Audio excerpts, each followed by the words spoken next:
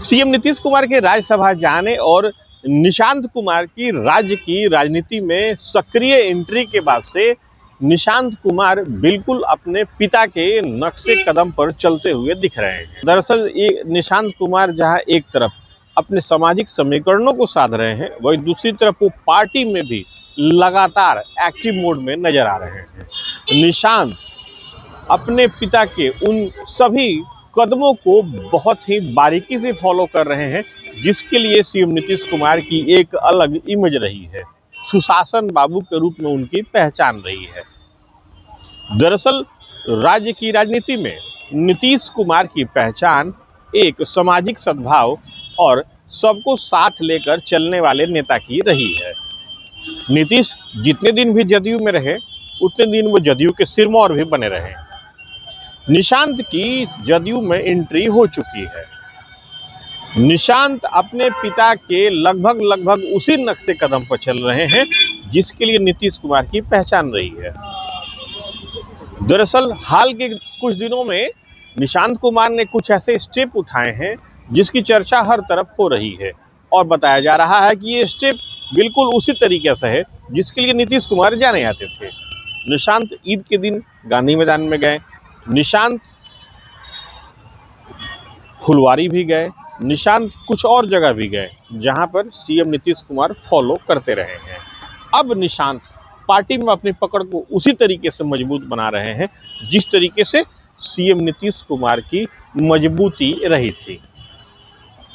दरअसल निशांत कुमार ने बुधवार को पार्टी के प्रदेश कार्यालय में एक मीटिंग में हिस्सा लिया था। उस मीटिंग में सारण कमिश्नरी के तमाम जदयू के जितने भी बड़े और छोटे नेता हैं, सबसे उन्होंने इंटरेक्शन किया, उनसे बातें की, और साथ ही साथ ये भी टास्क दिया गया कि सीएम नीतीश कुमार ने बिहार के डेवलपमेंट के लिए जितने कार्य किए हैं उनको एक बुकलेट के माध्यम से आम जन तक पहुंचाया जाए। सवाल ये उठ रहा है कि क्या निशांत अपने पिता के नक्शे कदम पे चल रहे हैं? क्या निशांत धीरे धीरे एक्टिव मोड में आ रहे हैं और पूरी तरीके से सक्रिय हो जाएंगे? निशांत युवा हैं और पूरी जदयू उनके नाम पे एकजुट है। निशांत के इस स्टेप पर उनकी पार्टी का क्या कहना है, आप उनकी पार्टी के नेता के बयान को सुनिए। देखिए, निशांत बाबू जब से पार्टी ज्वाइन किए हैं लगातार सक्रिय हैं, और पार्टी और कैसे मजबूत हो इस बिंदु पर वर्कआउट कर रहे हैं। उस वर्कआउट के तहत ही कल सारण प्रमंडल के जिला अध्यक्षों, प्रखंड अध्यक्षों, पंचायत अध्यक्षों की बैठक बुलाई, और बैठक बुलाकर उस प्रमंडल के संगठन की स्थिति जानी, कुछ दिशा निर्देश भी दिया, सरकार के कार्यों को प्रचारित प्रसारित करने का काम किया। जो आचरण आदरणीय नीतीश कुमार जी का राजनीति में रहा है, उस आचरण के अनुरूप ही वो सारे काम की शुरुआत की है। दूसरा सवाल आपका है कि निशांत बाबू के साथ युवा टीम बनी है। देखिए, एक बात स्मरण दिलाना चाहता हूँ, 1994 में जब आदरणीय नीतीश कुमार जी अन्य नेता जनता दल छोड़ के अलग हुए थे, तो नीतीश बाबू के साथ भी उसी तरह की टीम 10-15 लोगों की बनी थी, और सारा बिहार, जिस समय झारखंड ज्वाइंट था, सारा बिहार घूमने का काम हुआ था। भाई, युवाओं का युग है। जो युवा टीम बनी है वो निश्चित रूप में बिहार में निशांत बाबू के साथ ले जाकर उनके नेतृत्व में हर गांव, हर प्रखंड, हर जिला में जो जाएंगे और पार्टी को काम करेंगे, जनता की बात को सुनेंगे। दूसरी बात कि जो आदरणीय नीतीश कुमार जी के काल के नेता हैं और युवा नेता, दोनों का समन्वय और भी करके और भी पार्टी मजबूत होगा, और आदरणीय निशांत बाबू इस बिहार के मजबूत नेता उभरेंगे।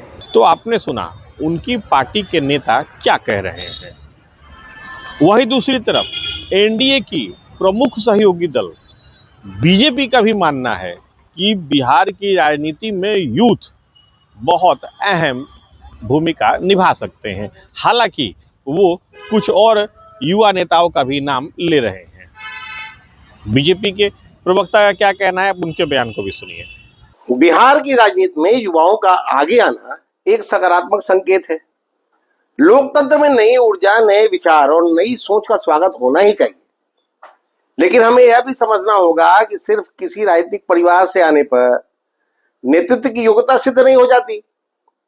जहां तक परिवारवाद का सवाल है, भाजपा का स्पष्ट मानना है कि परिवारवाद तब समस्या बन जाता है जब पार्टी और सत्ता पूरी तरह एक ही परिवार के इर्द गिर्द सिमट जाए, जैसा कि हम लंबे समय से तेजस्वी यादव जी और उनकी पार्टी में देखते आए हैं। वहीं अगर कोई युवा अपने दम पर संगठन में काम करके जनता के बीच अपनी पहचान बनाता है तो उसका स्वागत होना चाहिए।